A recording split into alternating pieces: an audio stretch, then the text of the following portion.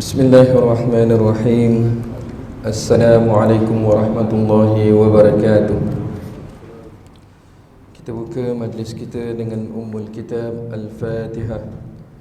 A'udzu billahi minasyaitonir rajim. Bismillahirrahmanirrahim. Alhamdulillahi rabbil alamin. Ar-Rahmanir Rahim. مالك يوم الدين إياك نعبد وإياك نستعين اهدنا الصراط المستقيم صراط الذين أنعمت عليهم غير المغضوب عليهم ولا الضالين آمين. Marilah sama-sama kita berselawat ke atas junjungan besar Nabi Muhammad sallallahu alaihi wasallam dan ahli keluarga baginda sallallahu alaihi wasallam. Allahumma salli ala sayyidina Muhammadin wa ala alihi wa sahbihi wa sallim.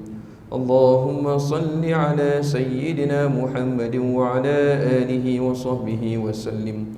Allahumma salli ala sayyidina Muhammadin wa ala alihi wa sahbihi wa sallim. اللهم صل على سيدنا محمد وعلى آله وصحبه وسلم. اللهم صل على سيدنا محمد وعلى آله وصحبه وسلم. اللهم صل على سيدنا محمد وعلى آله وصحبه وسلم. اللهم صل على سيدنا محمد وعلى آله وصحبه وسلم. اللهم صل على سيدنا محمد وعلى آله وصحبه وسلم. اللهم صل على سيدنا محمد وعلى آله وصحبه وسلم.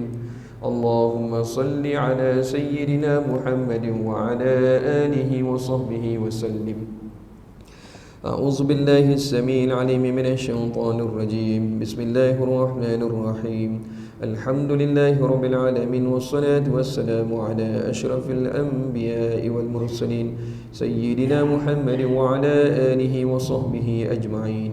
اللهم انفعنا بما علمتنا وعلمنا ما ينفعنا. اللهم انفعنا بما علمتنا وعلمنا ما ينفعنا. اللهم انفعنا بما علمتنا وعلمنا ما ينفعنا. اللهم افتح علينا فتوح العارفين وارزقنا فهم النبيين وإلحم الملائكة المقربين برحمتك يا أرحم الراحمين. اللهم نور قلوبنا بنور هدايتك كما نورت الأرض بنور شمسك أبدا برحمتك يا أرحم الراحمين. والحمد لله رب العالمين. الحمد لله ثم الحمد لله. الحمد لله الذي هدانا لهذا وما كنا لنهتدي لولا أن هدانا الله. أشهد أن لا إله إلا الله وحده لا شريك له وأشهد أن سيدنا ونبينا محمدا عبده ورسوله. اللهم صل وسلم وبارك على سيدنا محمد وعلى آله وأصحابه والتابعين والتابعي التابعين ومن تبعهم بإحسان إلى يوم الدين. سبحانك لا علم لنا إلا ما علمتنا إنك أنت العليم الحكيم. ولا حول ولا قوة إلا بالله العلي العظيم. ولا حول ولا قوة إلا بالله العلي العظيم. ولا حول ولا قوة إلا بالله العلي العظيم. أما بعد. Alhamdulillah, segala puji dan syukur marilah bersama-sama kita merafakkan kehadrat Allah Subhanahu wa taala. Semulia-mulia pujian itu dikembalikan kepada Allah. Dan alhamdulillah syukur kita di atas nikmat yang Allah kurniakan kepada kita sehingga kepada hari ini. Dan insya-Allah pada malam ini kita menyambung kuliah kita dalam hadis bab sujud pada hujung pakaian. Hadis bab sujud pada hujung pakaian. InsyaAllah malam ini mungkin merupakan pembacaan atau kuliah hadis yang terakhir untuk bulan ni, atau 2 bulan lagi, atau 3 bulan lagi, kan? Sebelum saya berangkat insyaAllah dalam minggu ni Jadi mudah-mudahan memberi manfaat setiap amal apa yang dipelajari, mudah-mudahan memberi manfaat kepada tuan-tuan, puan-puan, ibu-ibu, ayah semua. Dan juga suka saya nak mengingatkan supaya kita tetap dalam kuliah-kuliah, menghadiri kuliah-kuliah, kan, supaya apa, dia meningkatkan tahap kualiti ibadah kita, kan. Tak kira lah kuliah hadis, kuliah fiqh terutamanya, kan. Kita rasa kita dah faham sangat fiqh, tapi dalam sesuatu kita melaksanakan ibadah itu, kita rasa masih ada lagi mungkin kita ragu-ragu, kita tanya-tanya betul ke tak betul, kan, apa yang kita buat ni, kan.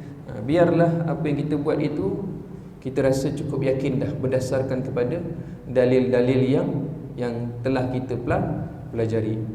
Jadi pada hari ini hadis dalam bab solat lagi, kan, berhubung dengan solat. Minggu lepas kita kupas tentang solat di atas kenderaan, kan, dan minggu sebelum tu juga solat di atas perahu ataupun sampan, apa hukumnya. Jadi pada minggu ini berhubung dengan solat lagi, fiqh hadis berkaitan solat, sujud pada hujung pakaian. Hadis yang berbunyi, An Anas bin Malik radhiyallahu anhu qala kunna nusalli ma'an nabi sallallahu alaihi wasallam fayad'u ahaduhuna taraf as-sawbi min shiddatil harri fi makan as-sujud. An Anas bin Malik radhiyallahu anhu qala kunna nusalli ma'an nabi sallallahu alaihi wasallam fayad'u ahaduna taraf as-sawbi min shiddatil harri fi makan as-sujud.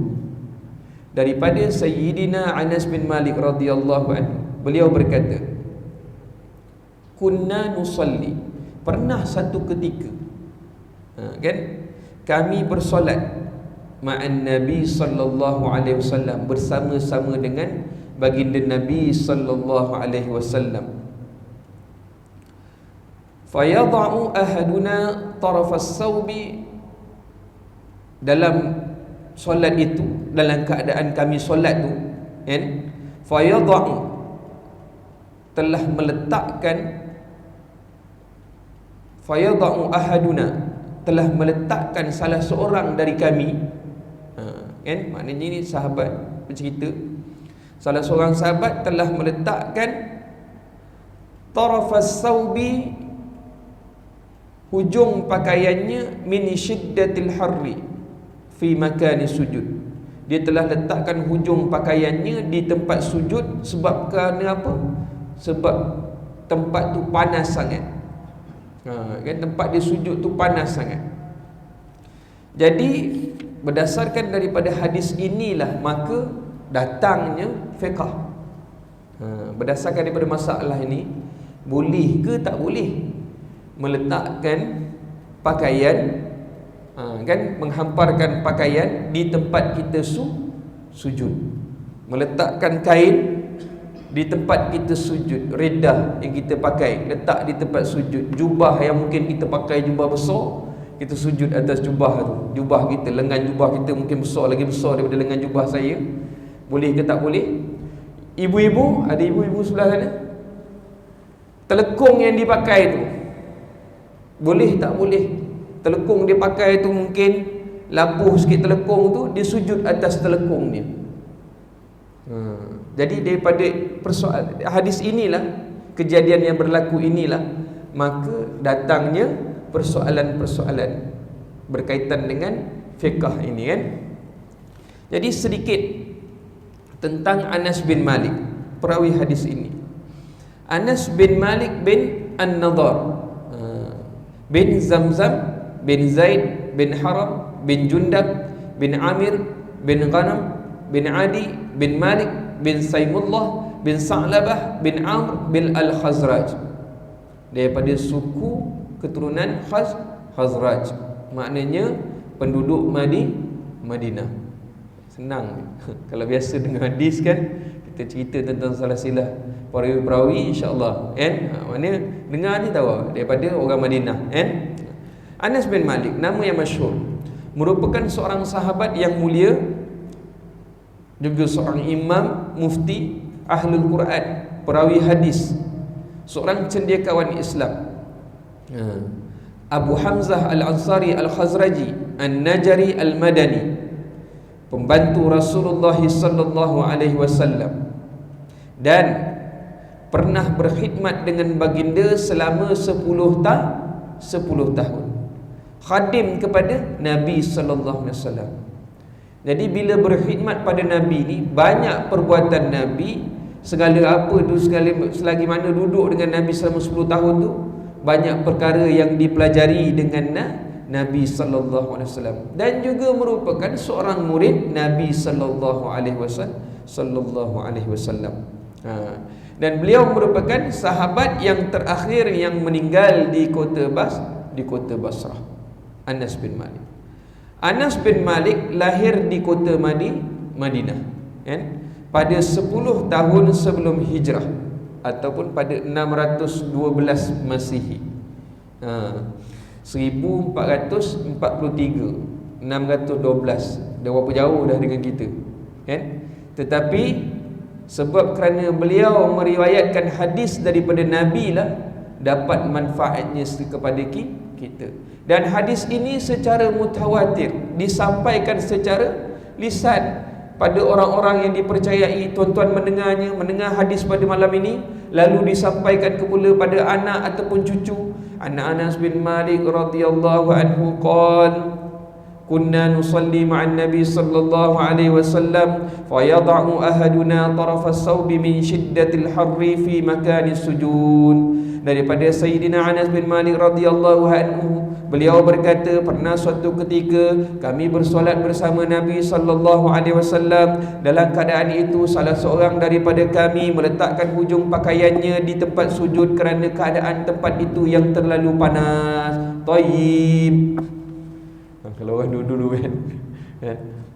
Jadi hadis ini disampaikan, dapatlah memberi manfaat kepada kita, umat Nabi sallallahu alaihi wasallam yang tidak jumpa Nabi sallallahu alaihi wasallam, tapi bukti kecintaan kita pada Nabi sallallahu alaihi wasallam ialah dengan mendengar hadis Nabi sallallahu alaihi wasallam, menerimanya, kan? Menerimanya, membenarkannya dan mengikutinya. Maka dapatlah kita pahala sunnah Nabi sallallahu alaihi wasallam. Setelah Nabi sallallahu alaihi wasallam tiba di Madinah, ibunya menyerahkannya kepada baginda sallallahu alaihi wasallam untuk menjadi pelayan kepada Rasulullah sallallahu alaihi wasallam.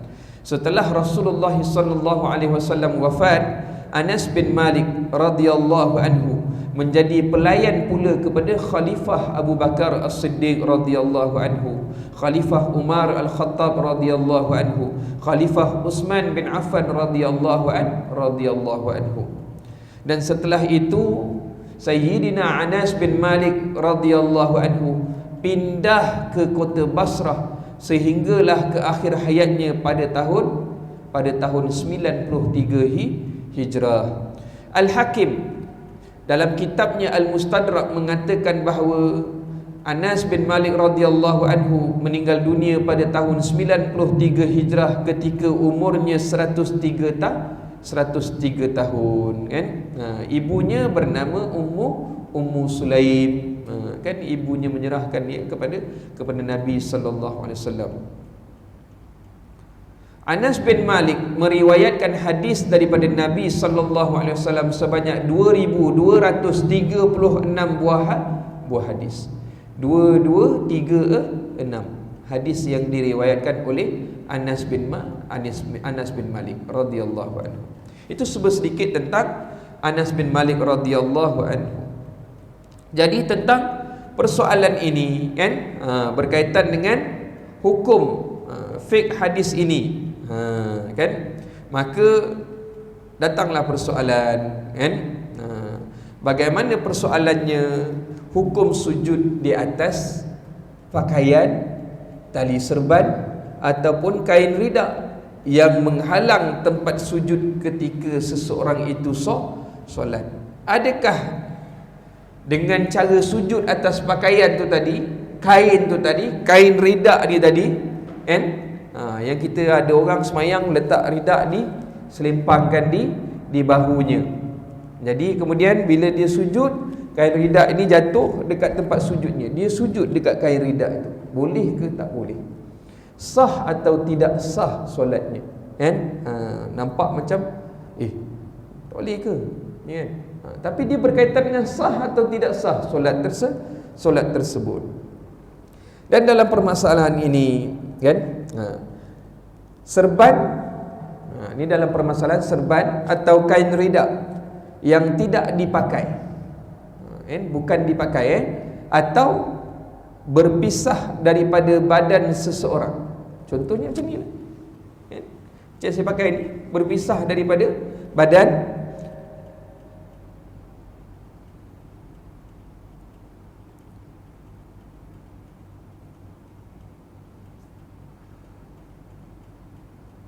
Serban atau kain ridak yang tidak dipakai atau berpisah daripada badan seseorang, kan?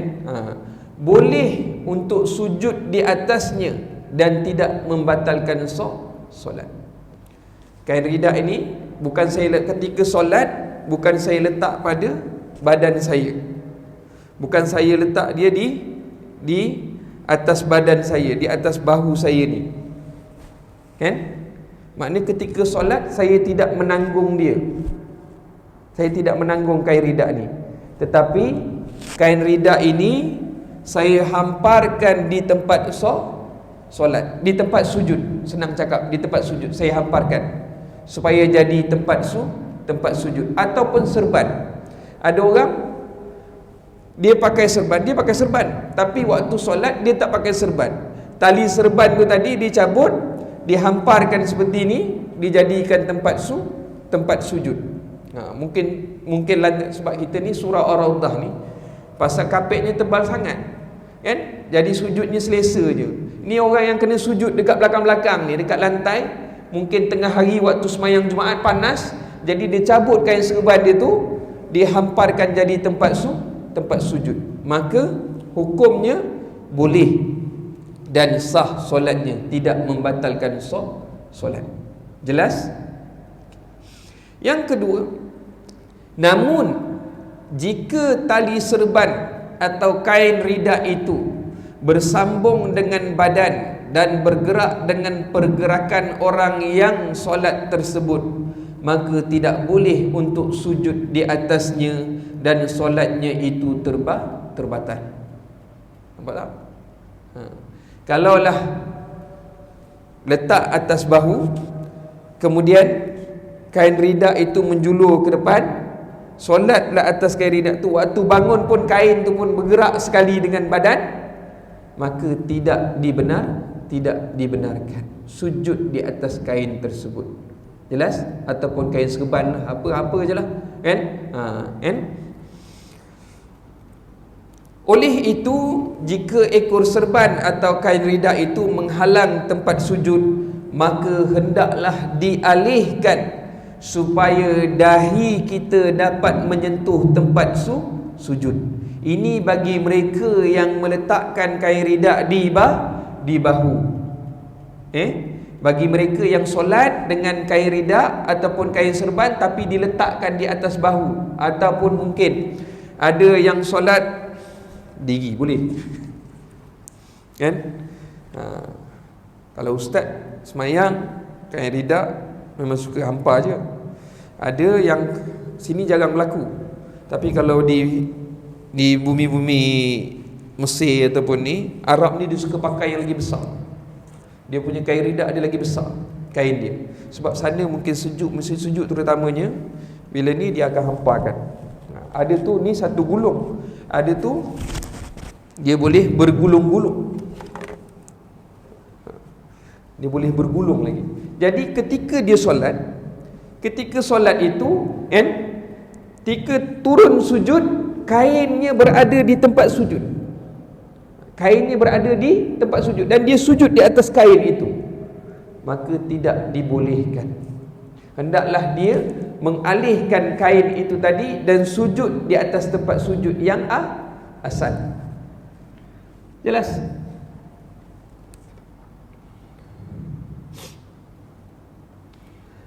Hikmahnya adalah supaya manusia dapat merasakan sifat kehambaan dan ketundukan kepada Allah Subhanahu wa taala dengan meletakkan bahagian yang paling mulia baginya, iaitu dahi, di tempat kedudukan kakinya. Itulah semulia-mulia manusia, kan? Kan?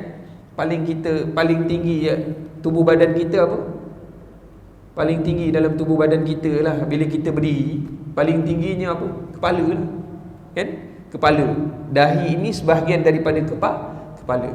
Tetapi kita sujud ketika kita solat, sujud di hadapan Allah, kan? Sujud di hadapan Allah, itulah kita punya kepala, kedudukan kepala yang tadi kita tinggi ketika berdiri tu, tetapi sebenarnya sama taraf dengan kaki kita bila di hadapan Allah je, kan? Begitu juga suka saya tegur jika kita bersalaman dengan orang, kan? Bersalaman dengan alim ulama sekalipun, kan? Jangan kita tundukkan badan kita, kan? Jangan kita tundukkan badan kita. Kita nak salam tak apa, nak cium tangan alim ulama tak apa, kan? Nak ambil keberkatan alim ulama tu, nak cium tangan tuan guru, kan? Tak apa. Tapi jangan tundukkan tubuh kita melebihi daripada tunduk kita ketika kita rukuk kepada Allah Subhanahu Wa Taala. Rukuk di dalam solat. Mana ada orang salam sampai waya ni dah mengganggu. Ada orang salam sampai ditunduk macam ni. Jangan. Kan? Sebab apa? Rukuk itu, perbuatan rukuk itu hanya untuk Allah Subhanahu Wa Taala, bukan untuk makhluk. Cukup sekadar syarat, ambil syarat tangan tuan guru, ambil salam, cium. Kalau nak cium tangan tuan guru, kan? Jangan sampai kita membungkuk. Apatah lagi larangan kepada kita untuk sujud kepada manusia. Kan? Kita tak boleh sujud pada manusia. Sebab perbuatan sujud ini hanya untuk Allah Subhanahu Wa Taala. Kan? Hanya untuk Allah je, bukan sama-sama manusia untuk sujud, kan? Dulu ada ajaran apa? Ayah bin video, kan? Ajaran ayah bin sampai sujud dekat kaki ayah bin tu, kan? Nak ambil keberkatan ke apa. Bila perkara ini berlaku dalam kehidupan kita, tuan-tuan, bagaimana kita menghormati pun, kan? Ingat, rukuk sujud hanya untuk Allah Subhanahu Wa Taala. Perbuatan itu, kan? Perbuatan seorang hamba hanya untuk pencipta Allah. Adapun kalau kita tengok orang buat, tak payah ikut. Bagaimana kita memuliakan seorang tuan guru sekalipun, jangan sampai kita melebihi sampai perbuatan rukuk, dan perbuatan apatah lagi dilarang sampai kita sujud kepadanya. Tak. Sujud itu hanya selayaknya untuk Allah Subhanahu Wa Taala. Kalau orang buat, kita cuba tegur, dakwah dia, cuba tegur, kan? Sebab dakwah ni kena jalan, kena tegur. Ta'muruna bil ma'ruf wa tanhauna 'anil munkar wa tu'minuna billah. Kan? Jadi perlu ditegur.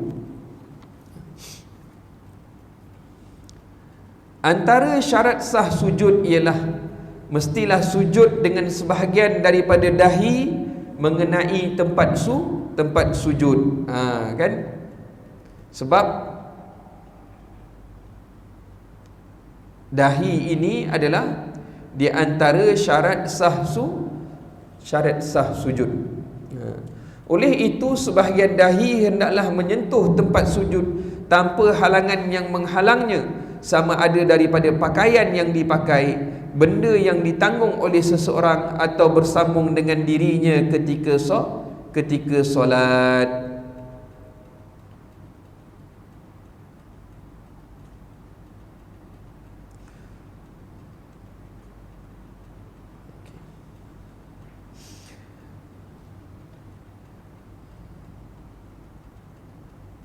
Sebab apa, tuan-tuan? ketika sujud kita kena jaga kesempurnaan sujud. Sebab apa? Di sana ada hadis Nabi sallallahu alaihi wasallam.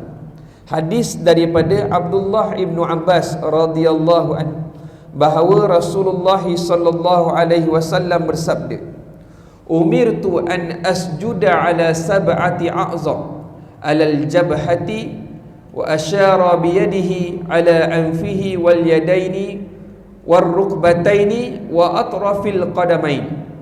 Aku diperintahkan sujud dengan 7 tulang anggota.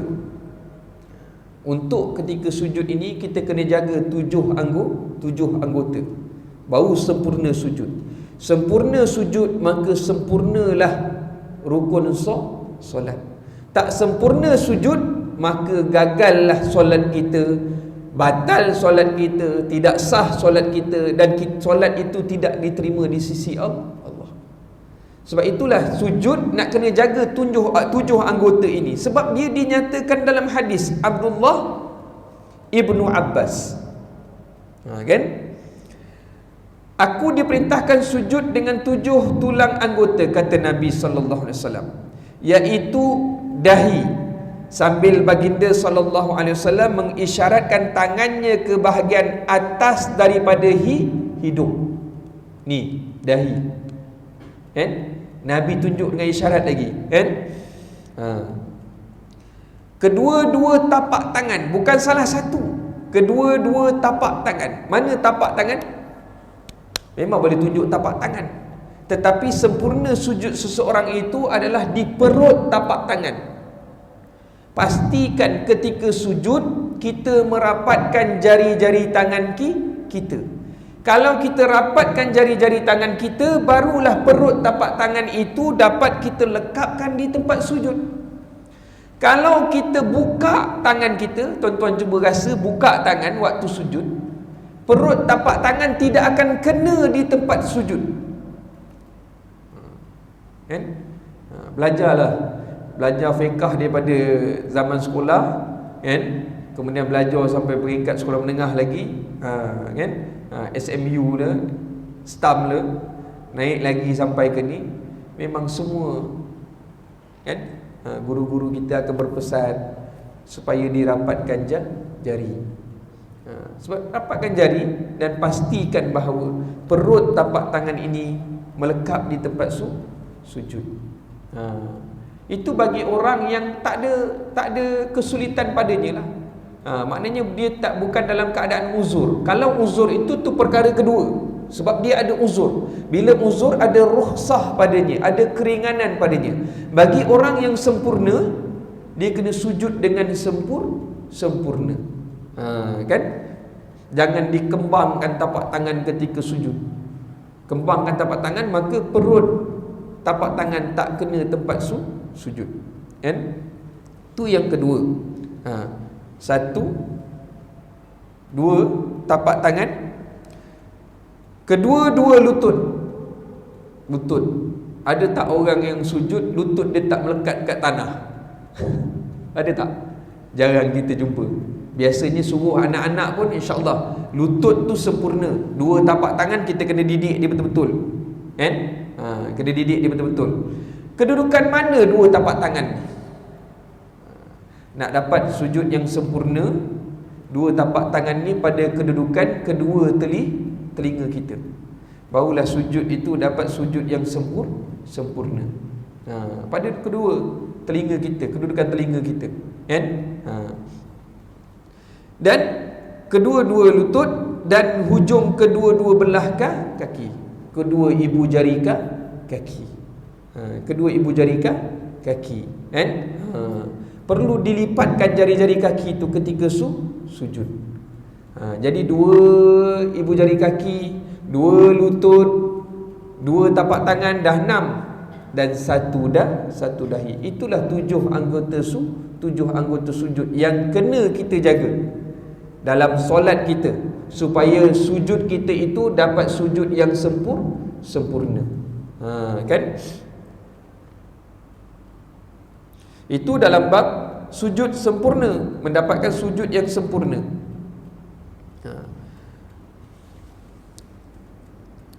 Jika seseorang sujud di atas pakaian yang dipakainya atau benda yang ditanggungnya ketika solat, maka terdapat dua hukum dalam dua situasi ini, iaitu yang pertama, sah jika bahagian pakaian yang mengena tempat sujud tidak bergerak dengan pergerakan orang yang solat tersebut, seperti saiznya yang besar dan panjang yang menyebabkan sebahagian daripadanya tidak bergerak dengan pergerakan orang yang solat tersebut. Itu syaratnya, kena tahu. Sebab tak ada benda yang lagi besar, benda yang lagi panjang. Kalaulah panjang tak? Itu pendek. Itu macam rida orang Arab Mesir. Tebal, dia jenis tebal. Kalau sekiranya dia pakai rida ni tadi, dia pakai rida, kan? Biasalah dia pakai rida, kan? Kalaulah sekiranya dia pakai ni tadi, kemudian pakaian ni memang betul, bila dia hamparkan aja, dia buka, betul-betul lebih panjang daripada yang saya pakai ni. Tuan-tuan boleh gambarkan, dia lebih panjang. Katalah saya ambil ni lagi dua, dia lebih panjang, kan? Dia lebih panjang dan dia memang terhampar je kat situ, terhampar dekat tempat sujud ni. Dia tak bergerak, dia terhampar. Saya bergerak macam manalah ketika solat, Allahu Akbar, dia terhampar macam tu, kan? Katalah contoh dia bercantum ni, kan? Dia terhampar, Allahu Akbar, saya rukuk, Allahu Akbar. Dia tak bergerak. Yang bergerak pada yang dekat badan saya ni je bergerak, tapi yang ini tak bergerak, kan? Okay. Saya rukuk, saya bangun, Sami Allahu liman hamidah, kemudian saya turun sujud, Allahu Akbar.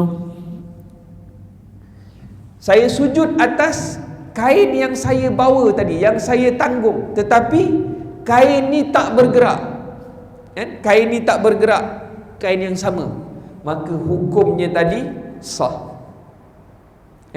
Hukumnya sah sebab dia tak bergerak. Ibu-ibu nampak tak? Ada perempuan? Ada.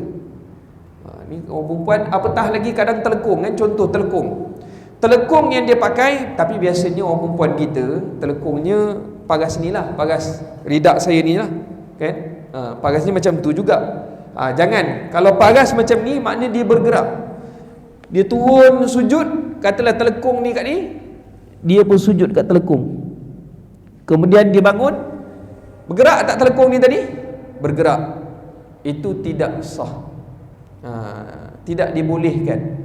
Melainkan kalau orang perempuan ni tadi memang dia pakai telekung tu, kan, jenis dia pakai abaya, kemudian dia ada satu pakaian macam contoh pakaian orang Arab Iran pakai, kan, jenis labuh tu, kan? Dia pakai jenis labuh tu, dan kain tu tadi macam ni tadi. Dia kain, katalah ni kain yang bercantum, kain tu labuh, dia tidak bergerak. Saya bergerak, solat macam mana perbuatan solat saya bergerak, rukuk, kain tu tetap saja, dia tidak bergerak, maka boleh sujud di atasnya dan hukum solatnya itu sah. Tapi kalau sekiranya kain dia itu tadi bergerak bersama-sama dengan ni, kain ni bergerak, saya bergerak, kain tu pun sama bergerak, maka tidak boleh sujud di atas kain tersebut, kan? Apa panduan yang diberikan tadi? Kata ulama, dialihkan kain itu ketika hendak sujud. Jelas? Boleh? Boleh, kan? InsyaAllah, kan? Kalau tak faham lagi, Ustaz suruh Ustaz Zairul ajar lagi bagi faham, kan? Hukum yang kedua, tidak sah jika ia bergerak. Kan? Yang macam ni tadilah, macam saya pakai ridak ni, katalah saya pakai ridak ni, katalah saya pakai ridak ni, kan? Kemudian ketika saya sujud, rukuk, dia bergerak, kan? Saya bangun, tidak apa semua, dia bergerak, saya turun sujud atas dia, hukumnya tidak sah, kan? Boleh membatalkan solat sebab sujud di atas pakaian yang kita pakai, yang kita ditanggung atas badan kita, kan? Imam An-Nawawi menyebutkan hal di dalam kitabnya bahawa as-sujud wa aqalluhu mubasharatan ba'da jubhatih musallahu fa inna sajada ala muttasil bihi jaza illam yataharrik bi harakatihi. Dalam perkara yang ketujuh, sujud dengan kadar minima bagi sujud ialah hendaklah sebahagian dahi menyentuh tempat sujudnya. Jika seseorang sujud di atas sesuatu yang bersambung dengan dirinya, maka sah jika ia tidak bergerak dengan pergerakannya. Itu kata Imam An-Nawawi di dalam kitabnya Minhajut Talibin. Kan? Dah dijelaskan dalam kitab Fiqh Syafi'i. Kan? Manakala Imam Al-Khatib Asy-Syarbini pula menjelaskan maksud kata pengarang di atas dengan berkata, jika seseorang itu sujud di atas sesuatu yang bersambung dengan dirinya, seperti hujung pergelangan baju yang panjang. Ini tak ada kan, sebab saya punya tak panjang. Contoh anak-anak dalam sekolah ada persembahan teater. Budak-budak kan suka main teater kan, zaman sekolah dululah. Kan kita tengok teater yang apa, ada kain. Kadang-kadang tu kain apa, dia pakai baju yang kain jadi panjang-panjang tu, lepas tu dia main sana, dia menari sana menari sini lah apa. Masuk waktu solat, Allahu Akbar, Allahu Akbar. Bagus anak kita kan. Dia berhenti, cikgu nak semayang kejap. Dah nak semayang, dah pakai baju macam tu, nak tanggalkan satu masalah pula, dia nak semayang. Macam mana? Dia kena tengok. Kalau pakaian yang dia pakai itu tadi kan, maknanya kalau sampai dia sujud, pakaian tu kemudian dia sujud dekat tempat pakaian tu, pakaian yang bergerak-gerak, maka dia kena alih, ketika dia nak sujud, dia kena alihkan kain tu supaya dahinya boleh menyentuh tempat sujud yang asal. Jangan dia sujud atas pakaian tersebut. Konsep dia mudah aja. Pakaian yang kita tanggung atas badan tu bergerak atau tak bergerak. Kalau dia bergerak kan, bersama-sama dengan tubuh kita yang bergerak, maka tak boleh sujud di atas pakaian tersebut kan. Manakala jika sesuatu itu bergerak dengan pergerakannya ketika dia berdiri, duduk atau selainnya, seperti kain di atas bahu, maka tidak diharuskan sujud ke atasnya, iaitu hukumnya haram. Ini Imam Khatib Asy-Syarbini. Oleh itu, jika seseorang itu sengaja sujud di atasnya, ni kalau dia saja juga dah tahu, saja juga nak sujud di atasnya, dalam keadaan dia mengetahui hukumnya, kata Imam Khatib Asy-Syarbini dalam kitabnya, maka solatnya terbatal. Jelas dalam fiqah kan. Ulama fiqah terus nyatakan batal kan. Kalau dia tahu tapi dia sengaja nak sujud juga. Namun jika sekiranya dia terlupa atau dia jahil, tak tahu, sebelum ni tuan-tuan tak tahu, pernah buat, Allah, cerita ni mata aku pernah buat lu, aku tengok Pak Arab tu elok je buat kan, aku pun ikut lah. Kita pergi Arab Saudi ke, pergi ni kan, kadang-kadang dah elok dah khusus dekat apa, khusus dengan pehtas ke apa, dah elok dah. Tapi bila dia sampai sana, dia jadi macam takjub. Apa pasal dia buat macam ni pula Apa pasal pula kena dua tangan ni? Ustaz cerita tu dalam khusus satu tangan, ni dia pergi dua tangan pula. Nampak tak? Dia dah mula dua tangan lagi barakat kot. Nampak tak? Dia khusus dah elok dah. Khusus haji bersiri, khusus sebelum pergi umrah ke dah elok dah khusus. Dia pergi je sana. Waktu melontar pula elok pula dia buka kan pula kan. Dia buka kan ihram dia tu kan. Jadi biarlah ilmu ni dengan apa yang kita pelajari, kita dengar daripada guru kan. Kita tengok mentang-mentang Arab ni semua dia nak ikut kan. Mentang-mentang Arab ni semua dia nak ikut. Jadi kalaulah dia terlupa atau jahil sebelum ni kan, solatnya tidak batal dan hendaklah dia mengulang semula sujudnya tersebut. Rujuk dalam kitab Mughni Al-Muhtaj. Hal yang demikian disebabkan oleh pakaian atau benda yang ditanggung oleh seseorang yang solat itu. Jika ia tidak bergerak dengan pergerakan orang tersebut, maka hukumnya sama seperti yang tidak bersambung atau terpisah dengannya. Macam saya cakap tadi lah, kalau saya rida memang bawa kita hamparkan, jadikan tempat sujud, kan? Tapi ada juga persoalan di situ, boleh ke ustaz? Kan? Boleh ke sujud di atas ridak yang kita bawa ni tadi? Kita tak pakai ketika solat. Berbelit-belit pula wire ni, kan? Jadi boleh ke? Di sana ada hadis Nabi SAW, kan?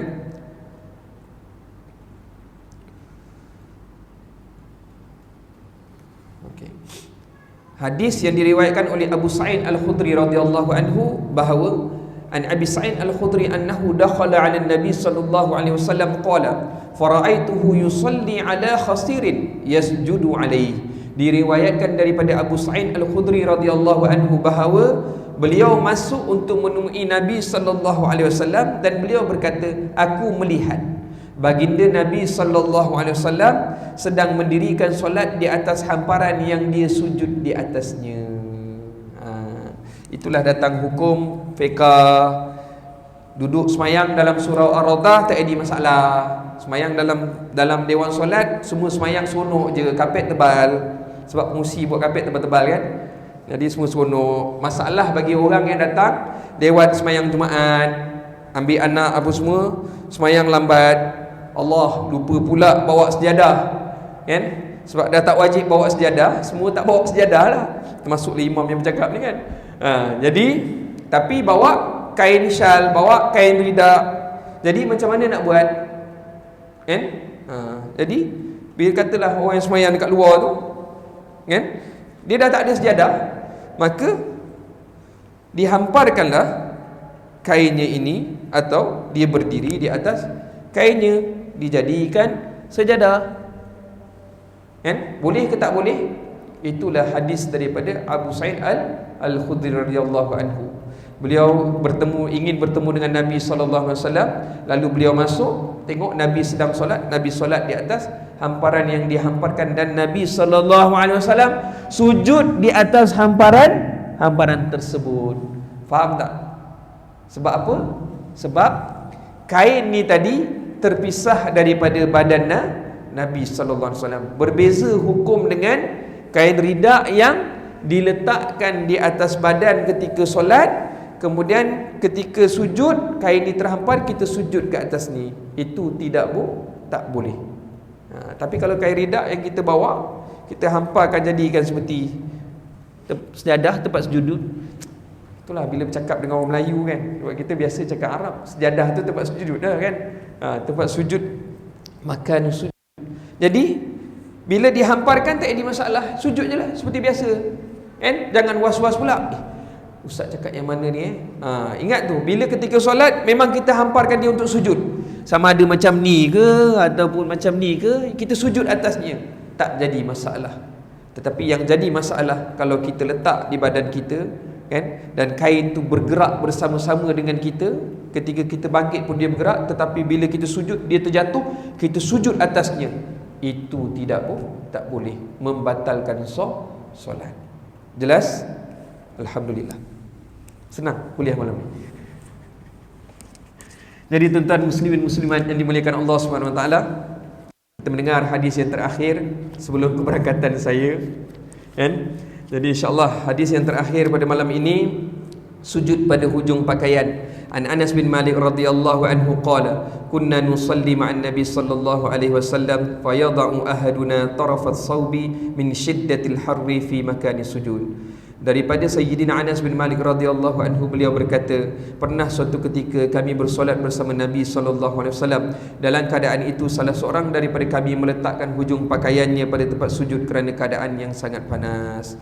Jadi tuan-tuan muslimin muslimat yang dimuliakan Allah, semoga dengan pencerahan pada malam ini, dengan hadis yang kita dengar, memberikan kefahaman kepada kita dan dapat untuk kita amalkan. Kalau sekiranya sebelum ni kita pernah tersilap buat sujud di atas pakaian atau kain yang kita bawa, kan, dalam keadaan kain itu bergerak-gerak, kan, perbanyakkanlah istighfar. Mudah-mudahan Allah ampunkan dosa kita. Kita tak tahu, kan, kalau ingat solat tu solat apa, solat zuhur ke kita buat, maka qadakkanlah solat tersebut. Mudah-mudahan Allah ampunkan, sebab kerana kejahilan kita, kan, tak tahu, kan. Dan saya mohon pada tuan-tuan, kan, supaya doakanlah kepada kesihatan saya, kesihatan pasangan saya dan juga seluruh sahabat-sahabat kita yang menjadi tetamu Allah SWT pada tahun ini kan. Dan insya-Allah saya juga mohon doa daripada tuan-tuan supaya dipermudahkan segala amalan kan, dalam mengerjakan haji pada tahun ini dan dikurniakan kesihatan oleh Allah SWT sehingga sempurnanya ibadah itu selesai dan kami semua menerima haji yang mabrur. Apa yang baik itu datang daripada Allah SWT, yang lemah ataupun yang kurang itu adalah kelemahan diri saya dalam menyampaikan kuliah pada malam ini. Aku qauli hadza wa astaghfirullahalazim li wa lakum. Assalamualaikum warahmatullahi wabarakatuh. Kita tutup majlis kita dengan tasbih kafarah dan suratul Asr. Subhanallah wa bihamdihi, subhanakallahumma wa bihamdika, asyhadu an la ilaha illa anta, astaghfiruka wa atubu ilaik. Bismillahirrahmanirrahim. Wal 'asr insana fil khusr illa allazina amanu wa 'amilus solihati wa tawassaw bil haqqi wa tawassaw bis sabr.